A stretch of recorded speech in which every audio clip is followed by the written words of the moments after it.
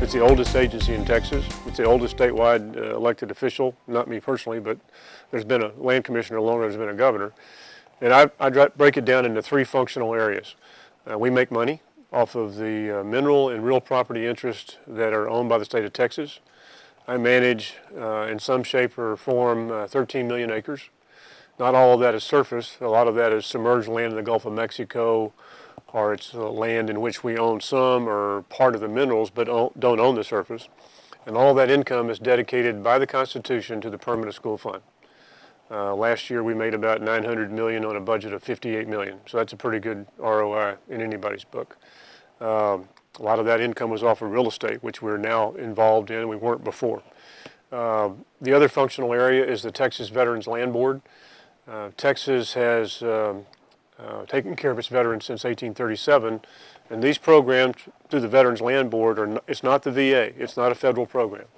We started giving land to veterans of our War of Independence. We ran out of land to give away, and right after World War II we started a low-interest loan program to purchase land and to purchase homes. And now we continue that. We have long-term care facilities, nursing homes for veterans, and state veteran cemeteries. And the other functional area, which has probably been one of the most difficult things we've done since I've been here, is we're responsible for the Texas coast, the bays, the estuaries, essentially from proximity to the dunes on the upland side out into the Gulf of Mexico, 9 nautical miles. Most states have a 3 nautical mile jurisdiction. Texas has a 9 nautical mile sovereignty because of the deal that Sam Houston cut when we came in the Union in 1846. So those are the three functional areas, and by far the one that's taken up most of our time and the one that we're most focused on right now is the coast and doing the things that we can do. We can't do all the things that some people want us to do to preserve that resource, to protect infrastructure, to protect the tax base, to protect the environment, as far as marshlands and the natural environment that exists there that's very important for recreational fisheries, for commercial fisheries, and for the continued health of the petrochemical manufacturing industry. So the last category is where we're spending most of our time.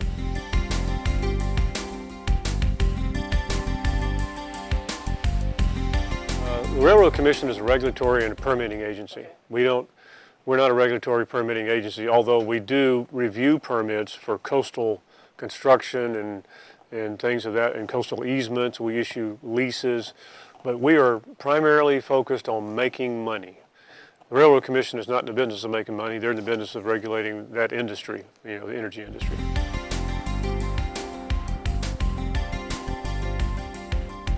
The big things we've been doing, we lost a tremendous amount of beach erosion related to Hurricane Ike, and before that, Katrina Rita, but Ike was the storm. It was a large storm. It had a broad coastal impact.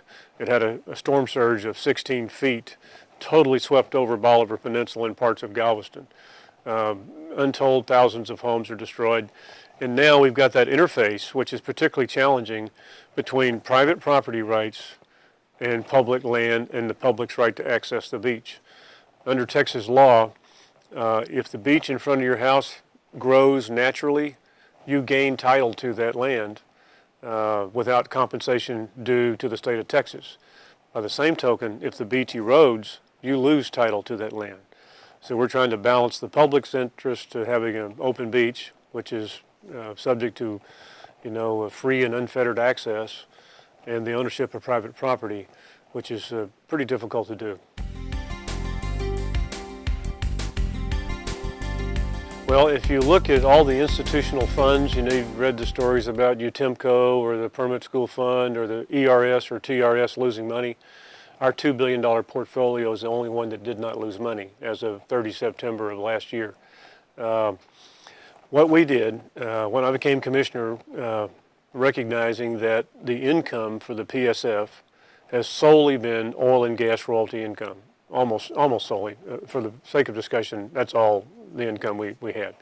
So starting at that time, we started diversifying by taking our royalty income that we used to just send over to the State Board of Education for purchase of equities, stocks and bonds to put in the corpus of the fund.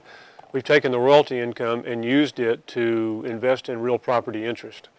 The first large investment was the Walmart distribution center near Baytown, and it's a granddaddy. I mean, it's the distribution center for the distribution centers. It's big. It's 4 million square foot under roof. And we entered into an arrangement whereby once the property was purchased, once the build-out was complete, we bought it from Walmart and leased it back to them on a triple net lease. Therefore, we are extremely secure in that investment. We own the dirt, we own the building. Walmart has a very high credit rating, and we've got a market rate of return. And plus, we have a buyout on the end that when Walmart wants to buy us out of it, they can do that at the appraised value. So not only do we get an interest return, which is about 7.6% annualized over the terms of the lease, sounds a little low, but when you have the security we have, that's a very good interest rate of return for something that is absolutely secure. When we get a buyout, we participate in the appreciation of the property. So that was our first one. That was $100 million. We've done other direct purchase of land. We've taken state lands that were maybe in Fort Bend County that were used for prisons. The highest and best use of land in Fort Bend County is not prisons. It was at one time. It's not today. We've marketed that land. We've replaced that land with land in rural Texas, in Burleson County, to move the ag operation of TDCJ to Burleson County, a rural area where that is the highest and best use. And then we start selling off the property in Fort Bend County, making a very substantial rate of return, high double digits in many cases for the permit school fund. We also invest in real estate funds.